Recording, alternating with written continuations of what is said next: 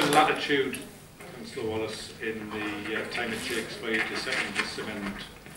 Yeah, well, thank you very much, Mr. Mayor. Unlike Councillor Gannon, I haven't been here for 31 years. Sadly, I've only been here for a mere 28 years, but I have had time to practice my speech, and I'm aware that I've got 5 minutes, so I hope I haven't eaten too much into it by that little ad-lib at the start. Mr. Mayor, these are difficult times, and difficult decisions have had to be made. Now, whether you blame the last Labour government, the bankers, or the baby-eating Liberal Democrats for the current predicament we find ourselves in, the fact remains that as a country we are spending more than we are earning. And that cannot continue. Debt is like alcohol. In moderation, it's acceptable, maybe even beneficial. But a constant overconsumption leads to a dangerous addiction from which recovery is hard and difficult. If left untreated, it will ultimately destroy you.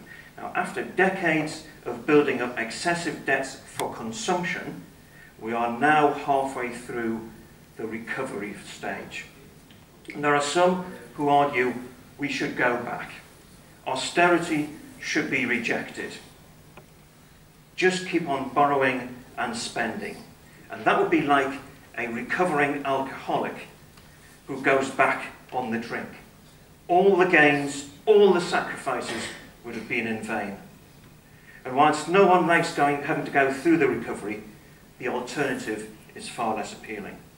Those who look to Greece as the way forward need to wake up to reality, or at least cut down on the ouzo. I've heard members opposite argue that Labour sweeping into power in May will mean the money taps will be turned back on again. Now, putting aside the improbability of an outright Labour win, what those who believe this don't seem to realise is that Labour too are committed to an austerity programme. Ed Balls and Ed Miliband will not be splashing the cash. They've made that clear. And it is noticeable that in the forward financial planning by this authority, all assumptions about future central government funding are based on continued cuts to grant funding. No one in this council is therefore planning for a Labour victory, at least of the sort so many opposite members dream about. Now, Liberal Democrat members will judge the budget against the following principles. 1, we must live within our means. 2, people and communities must have an opportunity to take control of what happens in their area. And 3, we take from people in taxes and charges only what is absolutely necessary. So how does the government the budget square up to these principles? Living within our means? Well, yes, we are. Indeed, in the last 2 years, this council is below budget to a cumulative tune of £5 million. Now, this is the ideal scenario for public and private sector organisations, for households and individuals. Spend less than what's coming in, end the year with a surplus. If only UK governments of all political colours achieved the same outcome, our problems would be solved. Now, the next principle, people and communities taking control. Well, community asset transfers and giving community organisations the opportunity to take on board the running of facilities is happening. We have a good example in the form of Bilkey Farm, and as Councillor Gannon had previously pointed out at a previous meeting, it is doing well despite my involvement. But I only look after the bees. With Wickham Thorns and Dunstan Activity Centre heading down a similar route, we believe that the principle of community control is there. And the final principle, taking only what is absolutely needed in terms of taxes and charges. There we have a problem. Members opposite have made a great deal of noise about reductions in central government grant. Yet here we have an opportunity to claim £900,000 from the government, yet it is turned down by Labour. Now let's look at the detail of what that means. The budget as proposed by Labour takes an extra £1.4 million from Gateshead residents and loses £900,000 from the government.